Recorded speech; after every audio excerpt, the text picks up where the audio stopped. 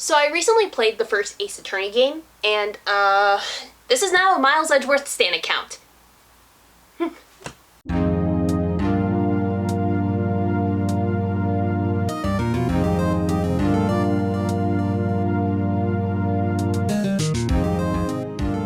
Hey everybody, TinyLeaf here.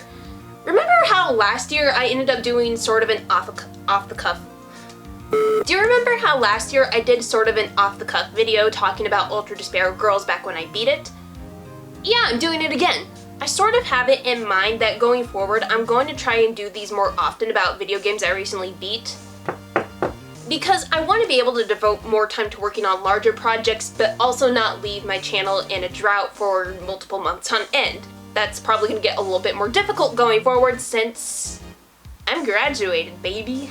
And so I'm going to be having to deal with a more consistent business schedule as opposed to school life. Oh, I feel old. Did you know that this channel is almost 2 years old? Yeah, it's crazy, isn't it? But anyways, Ace Attorney.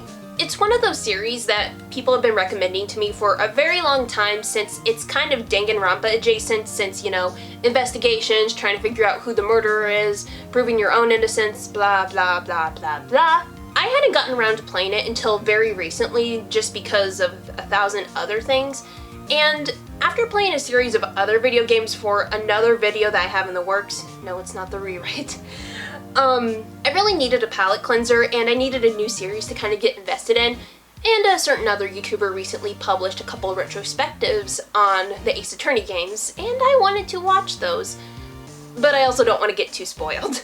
So I decided to start playing through the first game a couple of weeks ago. It might actually only be a week ago when I'm recording this. I flew through the game. I really liked Ace Attorney, and now I'm going to tell you why.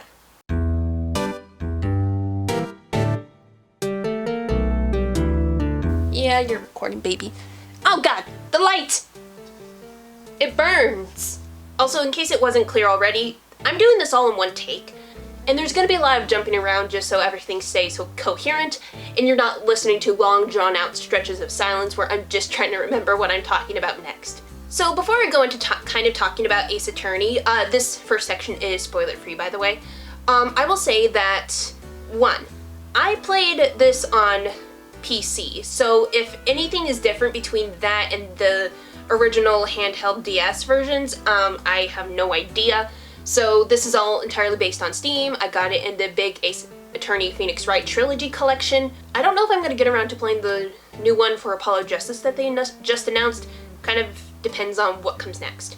And unlike the Danganronpa series where I kind of went in mostly blind, not knowing pretty much anything, I did have some prior exposure to Ace Attorney, and so that's naturally going to influence my opinion of this first game. My main exposure to Ace Attorney prior to this was in Jello Apocalypse's series, Miles is a Robot, which is where he plays through Ace Attorney Investigations 2, which features Miles Edgeworth, who is a robot. That's definitely influenced my perception of the original Ace Attorney because I already knew kind of some of the twists that were already coming up, and I already kind of knew that some characters were going to be innocent, some weren't. The series is really funny, but yeah, so kind of keep that in mind that I didn't go into this completely blind. Also, I have at this point in time gone on to play the second game in this series, so that's a good sign. So I'm gonna try and avoid talking about anything that has changed in retrospect, but let me still kind of discuss about my general impressions when I first beat the game about a week ago. So, general spoiler-free thoughts. I really liked Ace Attorney. It was pretty much exactly what I had expected, but in a good way. I kind of knew that it was a very goofy, kind of tongue-in-cheek series that kind of just, you know, it's silly. It's a silly visual novel, and that's exactly what I wanted and what I needed, but I was still pleasantly surprised at some points because I didn't really expect to enjoy the characters as much as I did. Because in Ace Attorney, there's only a few characters that kind of reappear during every trial or every other chapter. And most of them, they're just there for one chapter and they're gone. You never hear from them again. But I really did like pretty much most of the characters. Without delving too deeply into spoilers, what are some ones that I like? I really liked Phoenix. I thought that he was an interesting protagonist because he kind of had that same sort of snark that you would get in another visual novel. He had this level of smark and kind of dumbassery that I really felt connected to, because you could tell that he really means well, but he's also he's still very inexperienced, sometimes just a little bit, you know, done with everything. And I really enjoyed his character, and I also liked that there were points during the different trials where you could see that he was very much kind of the straight man compared to everything else. He's still a dork and a goofball at times, but everyone else is also so off the wall that he looks relatively sane compared to everybody else. And this is a personal thing that I have, since I am very much against most romantic relationships in games. I did like that there wasn't really a romantic subplot that was explicit, and that most of the relationships that he had were focused on, you know, they were mostly platonic. You know, he had his relationship going with Maya, with Mia, Mia, please step on me. I'm kidding. Miles, we'll get to Miles in a second. I really appreciated that it kind of kept the focus on friendships, and there wasn't a whole lot of fan servicing moments. There was maybe 2. What was her name? April May? Yeah, that was a minor moment. I like stories that focus more on friendships than romances, so I did appreciate that. How did I get on this talking point when I was talking about Phoenix? Anyways, Phoenix is cool. Maya's interesting because, is she really useful? I don't know, but I liked Maya. Maya was really enjoyable. There were moments where I was just like, oh, come on, Maya, just get your act together, girl. Stay on track. But I never felt like Maya ever ruined a moment. It always felt like she knew when to be serious, but she also wasn't afraid to just have a little fun. And, you know, the fact that she's 17, it makes sense that she's kind of a little... I'm actually closer in age to Phoenix at this point, so it's definitely like, oh, Maya, you stupid. But no, I liked Maya. I liked her journey. There was a weird thing that we'll get into in a moment. But yeah, Maya's cool. I like her. I liked Dick Gumshoe. That's just a good name. I already knew that Dick... I shouldn't call him that. I already knew that Gumshoe was the butt of the joke because he's a bumbling cop, he's very dumb, but, you know, good heart, stuff like that, sometimes doesn't quite know what's going on. But I liked him. Initially I was just like, oh my goodness, you are an idiot. But I came around to liking Gumshoe. His loyalty to Edgeworth is really astounding. I didn't quite expect it because I know that a lot of people ship Edgeworth and Phoenix together. Me too. But I also get now where people who ship Miles and Dick Gumshoe. I just love that name so much. I do get where those people are coming from because, yeah, they are besties. And, of course, Miles, my boy Miles. I love Edgeworth so much. I already liked his vibes, just that gotten through cultural osmosis about like, oh, he's obviously loving Phoenix, right? And unnecessary feelings. But I just really liked him. I already said that compared to most of the world, Phoenix is kind of the straight man, but then Edgeworth is Phoenix's straight man, where it's just like, this guy is in like his own deeply thoughtful, his life is so serious, he's probably belongs in a different series than this. So kind of seeing a super ultra serious, determined prosecutor come in and he's having to struggle to get all of his witnesses to just say their names.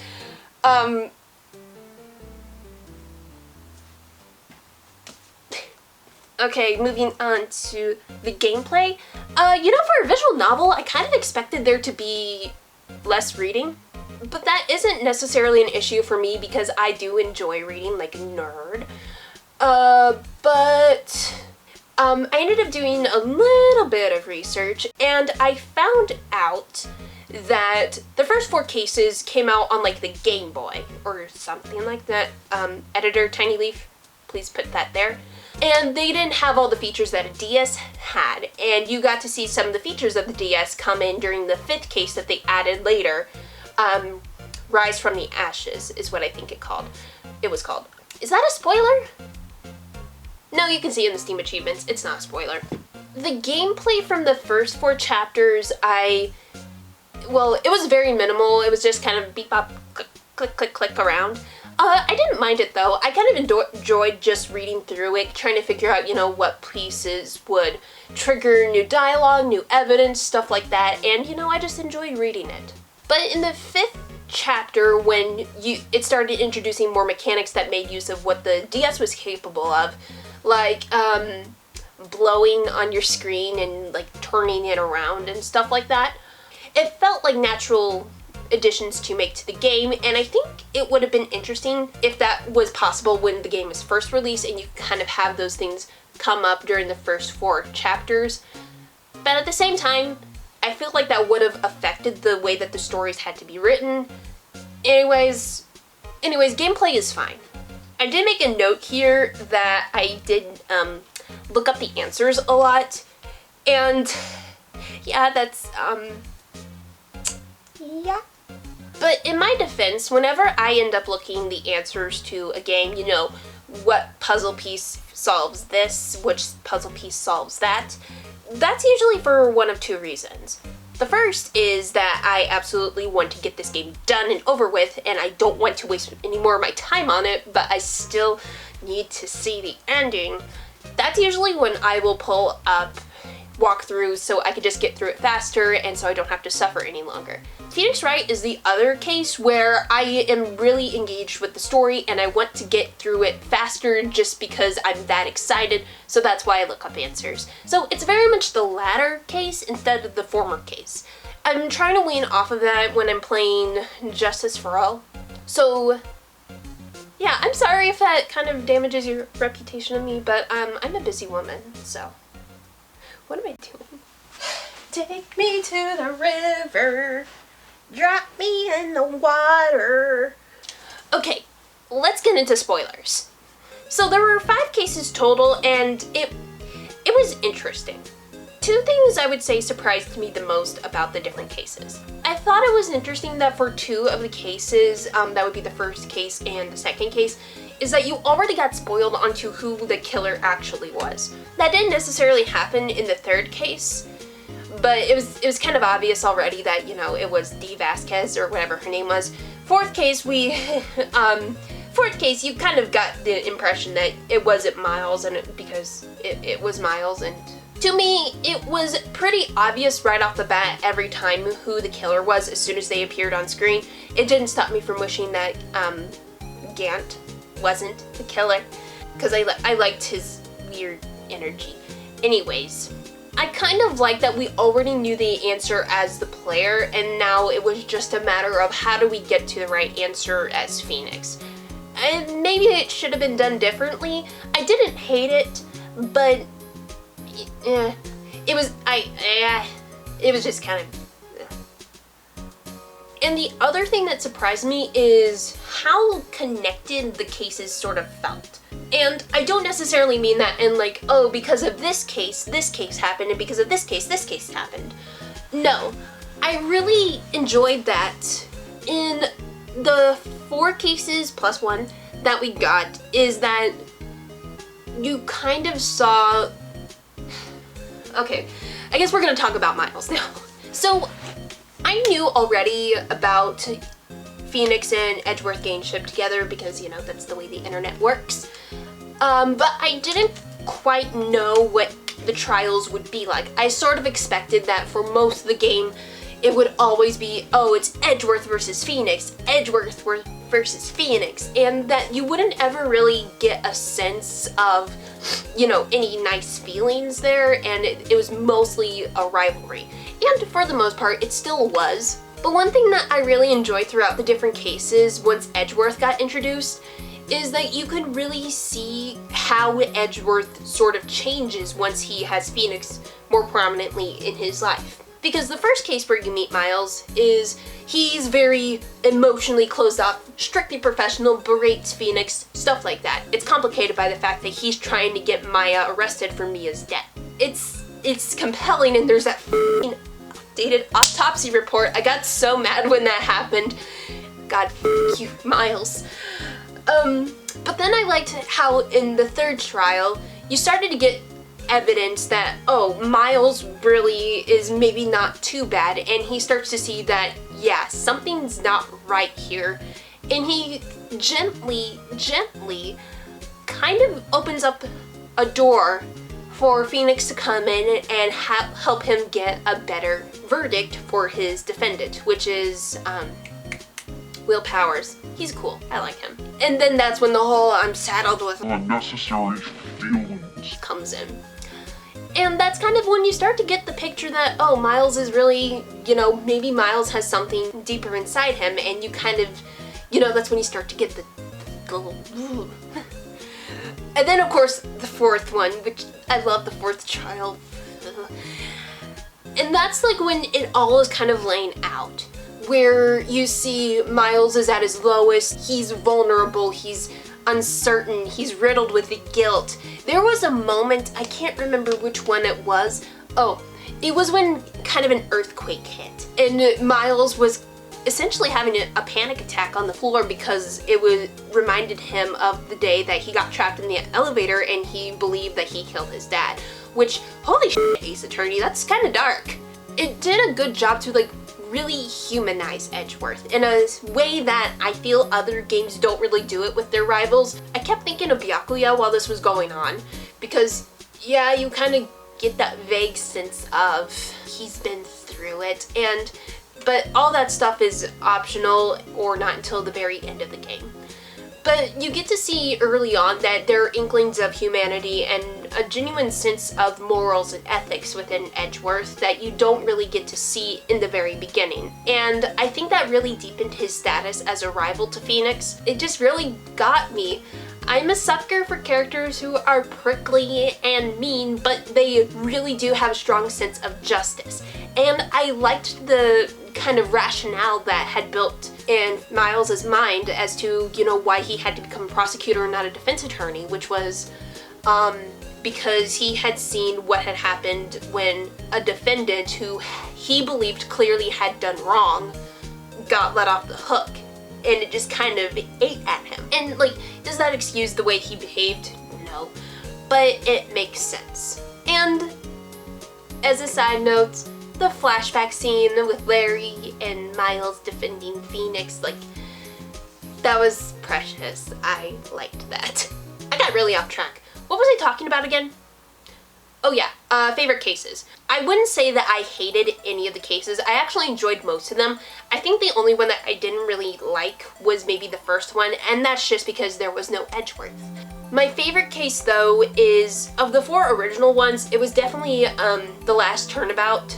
Is that what it's called? It felt like the culmination of everything we had seen building up to Phoenix as an attorney, to Maya's capabilities as his helper, and Edgeworth's status as Edgeworth.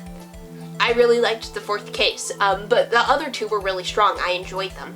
Rise from the Ashes, that was the one that was added later on in the DS version of Ace Attorney. Initially, I wasn't sure that I was going to like it because it felt like an addition. The first 4 cases perfectly told the story that needed to be told. It was about Phoenix Wright coming into his own as a defense attorney after the death of his mentor, and also reconnecting with one of his childhood heroes and childhood friends. And then the 5th case comes along, and Maya's not there. There's this new girl named Emma who I did come around to liking the 5th case, mostly because it felt like it was setting up for something bigger. I don't entirely know, though, yet, at this point. One of the things I've noticed throughout this game, and I've noticed other people say in comments and other things, is that in many ways, Phoenix Wright, Ace Attorney, is a critique of Japan's legal system. Now, I've not done enough research into that as of this point in time to confirm whether that's true or not, But I feel like either way, it's still a criticism of the legal system in general, where, you know, there are corrupt politicians who could escape jail time because they have the wealth and the resources to do so, and enough people are in their pockets that they can basically get away with anything, including murder, and it wouldn't necessarily impact them. And that there's people who are so obsessed with the glory of winning a case that they'll like happily throw away their morals and their ethics aside, and even in some cases their own, I don't know, that they will throw away so much just for that glory of winning a case. And it becomes less about the people that you're trying to help and trying to defend, and more about your own personal ego. And of course, there's also the judge, the worst character in this whole game. No, there's one more I hate. The judge is just so easily swayed by people's arguments that you don't really get the sense that he's actually fit to be a judge. It's just about whoever can sweet talk him enough and intimidate him well enough. That's eventually who he's going to side with. It's really scary to think that, you know, in this universe where apparently all murderers get the death penalty. Yeah, that was a fun twist.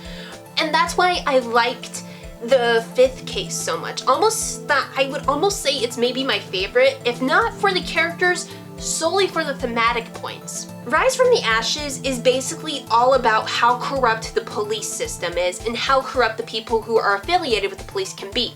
Because you find out that Damon Gant, who is the chief of police, not only was he the murderer, but he's also been helping to cover up other murders, falsifying evidence, blackmailing his own co-workers into helping him go along with his plans. And then even your own defendant, Lana Skye, who, by the way, I gushed a little bit when I saw her smile when we finally rescued her. What I really liked is that, yeah, she's innocent of murder, she didn't do it, but she's still having to face legal prosecution for, you know, falsifying evidence, covering up different scandals. And, you know, she's the chief prosecutor. Like, who knows how much harm has been caused by the fact that she went along with Damon Gant. She's a victim of Damon Gant, but how many other people are victims of her? And I just really got into that. I really, really loved it. And it's kind of scary to think about the implications of, like, you know, this system is just horribly corrupt. Nothing like our real life system. You know, as an older sister myself, I was just like, yeah, in Lana's shoes, could I really cover up a murder that I think my own sister did? I hope you are not watching this. I would kill for you, but I don't know if I would cover up a murder of your own. And this kind of goes into my love of Edgeworth. There was this moment that I got on video, I thought that this was just gonna be a fun, lighthearted game. Seeing Edgeworth so beaten down, so exhausted, and just dying inside because he's realizing that not only has he been manipulated all this time, but he used false evidence and people are dragging his name through the dirt.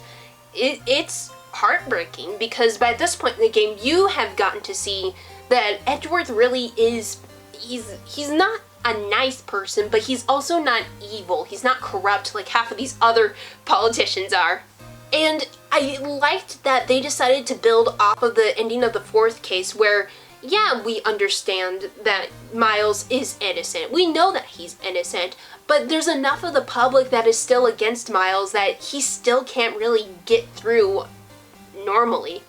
I honestly don't blame Phoenix for thinking that Miles himself, because, yeah, you really got the sense that Miles was kind of at the end of his rope. And that's why I really like the fifth case. It takes the themes of the rest of the game and just really pushes it to the front. And am I saying that like the fifth case the best? Maybe. I didn't really like Emma that much, just because you don't need to talk about how everything is scientifically speaking throughout the entire game. But I did like that they were momentarily flirting with the idea of like, oh, did Emma actually kill somebody? Even on accident. She was annoying, But again, I didn't hate her. I still liked her. They brought me around to her towards the end. Okay, let's talk about a few other characters. Mia. So, Mia was one of those characters that I already knew was gonna bite it by the second case. That being said, I didn't expect her to remain as important as she did throughout the rest of the series, or rest of the game. It definitely gave those vibes of, yeah, Mia kind of popped in whenever Phoenix was in a pinch, kind of Deus Ex Machina style, but I really don't care. I liked that Mia, you know, she didn't give Phoenix any leniency when he was being an idiot, but she was also like supportive. She genuinely cared about her young sister. The fact that she basically walked away from a pretty prestigious position, as a spirit medium, to become a lawyer and to defend the innocent and the defendants. And I don't know, I loved her philosophy of, if your client is truly innocent, you will find a way to show that. And it's a very idealistic view of a defense attorney. I know some aren't like that, and the game actually points this out with Hammond, I think.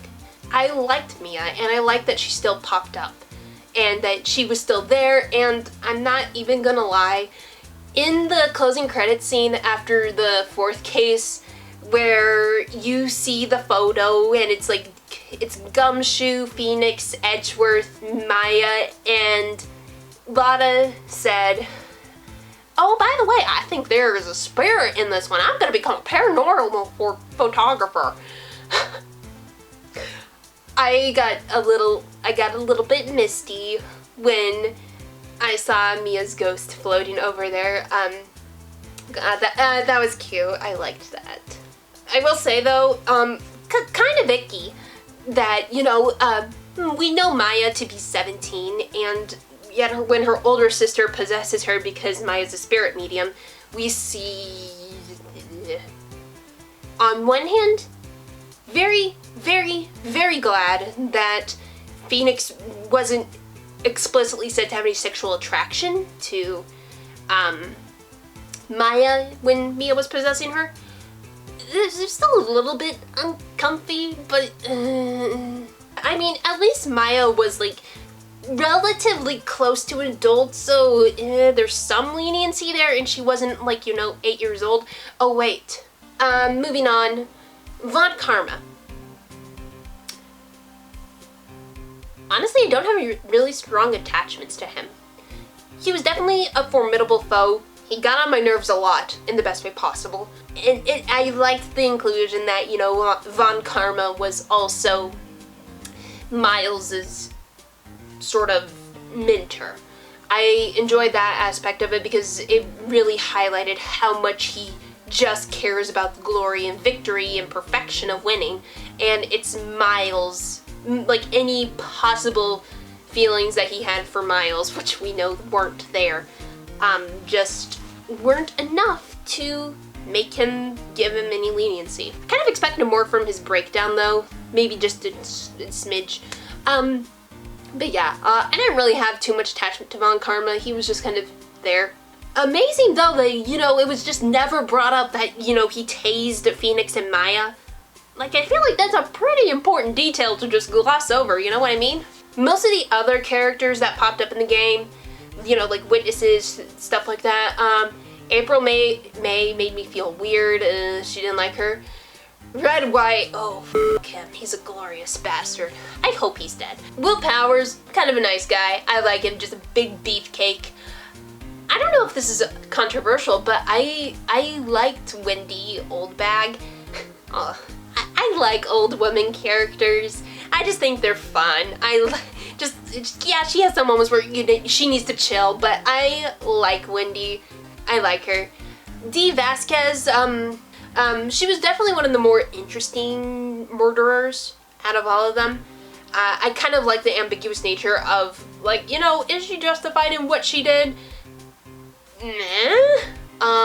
That kid was annoying. Salmonella felt like a Hifumi, but 15 times worse. Penny Nichols, kept thinking her name was Penny Punk. She has a clown nose, but it's like bright purple instead of red. Punk! Yogi was interesting. I don't remember much about Yogi, gonna be honest. Fucking lot of heart though. Oh. I have a lot more to say about her, which is gonna happen next. I did not like Lotta. I did not like her at all. It's a personal pet peeve of mine when journalist characters or whatever are kind of painted as being so nosy and not having any respect for boundaries, privacy. Like, yes, that's extremely true. There are some people who go way too far. They work at I'm a journalist and I want to try and represent both sides of the case as best as I can. I don't want to like seek glory in that case. I just want to get the information out there.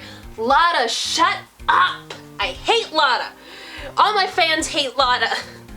God, I hate Lotta. I hate that she also showed up in the next game. I'm getting to that.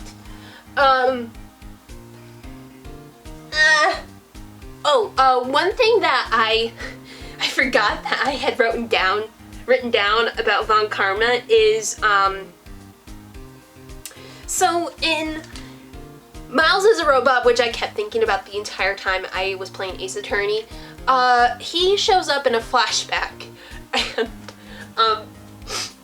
one of the comments had said that, that Von Karma in the canon series is obsessed with perfection and all that, but then Jello over here, he does this with Von Karma and... Roll clip. In addition to being the perfect prosecutor, I was also the perfect midwife. The bab supped upon my nipple. Maybe it's not entirely my fault that Von Karma didn't stick a card with me, because I will just always hear supped upon my nips. Or... Can I include that? I don't know if I can. A couple of other thoughts, then I'm gonna wrap this bitch up. Loved the music. It was really fun. Although I started getting an emotional reaction every time I heard like the first few beats of that kind of. I'll play this one here. It's the one. I've heard that intro way too many times because I got very, very lost during the third game about what to do and when to go. I really liked the music that plays whenever you're in the detention center. There's something really melancholy about that I think that might be one of my favorite tracks. The courtroom music slaps. It's good. I love it.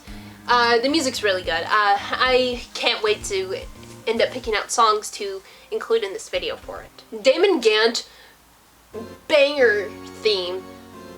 I hated him, I loved him. He initially seemed like such a nice guy, and as soon as I found out that he was actually guilty, I was like, God damn it, I can't get attached to anybody in these games. The punny names that everybody had, I just love them. I mean, how can you not love a good pun name? Who was my favorite? I really like Cody Hatkins, that one was fun. Wendy Oldbag, another one that was good. Do you guys know if D. Vasquez is meant to be like a pun of anything? I don't know, but I like those names. So, final thoughts. I have already started playing Ace Attorney Justice for All, and I do plan on playing the third game at, if not immediately after I beat Justice for All, then soon after. For a first entry in the series, I really enjoyed Ace Attorney. It was silly, it was goofy, it wasn't the most technically advanced or story advanced, but it did a good job of being what it was. It's a game where you just kind of f around and have fun. The characters were charming, the cases were interesting, the music was good, it just felt like a good popcorn movie. A popcorn game, maybe? I really liked it. Before going into the second game, my hope for the series was that it would continue to get very creative and silly with some of its cases, still have those emotional moments, so to speak, and that the characters would continue to be charming. Now, whether I think that of the second game and the third game remains to be seen, but Ace Attorney was a really fun game. I liked it. I would recommend people pick it up and play it if they haven't already. In case you don't know this, I actually keep a running tally of all of the video games that I have played and their rankings. And I gave it, I will put a link down to it if you want to see it in more detail, but I gave Phoenix Wright Ace Attorney, I gave it an A, so I'd probably give it a 9 out of 10. And if you think that's too high, then fuck you. No, you're more than free to disagree with me on that, but I liked Ace Attorney, I had fun with it, 9 out of 10, would play again. So, that's gonna be all from me today. I will see you guys later. If you wish to see more from me, follow me on Twitter and Instagram. I am trying to get back into using those more often since I've kind of let those fall by the wayside in addition to my YouTube channel. And if you like what I do, don't forget to hit like, hit the bell, maybe subscribe, and I will see you guys in the next video. So take care, brush your hair, and I will see you guys soon. This is TinyLeaf, signing off.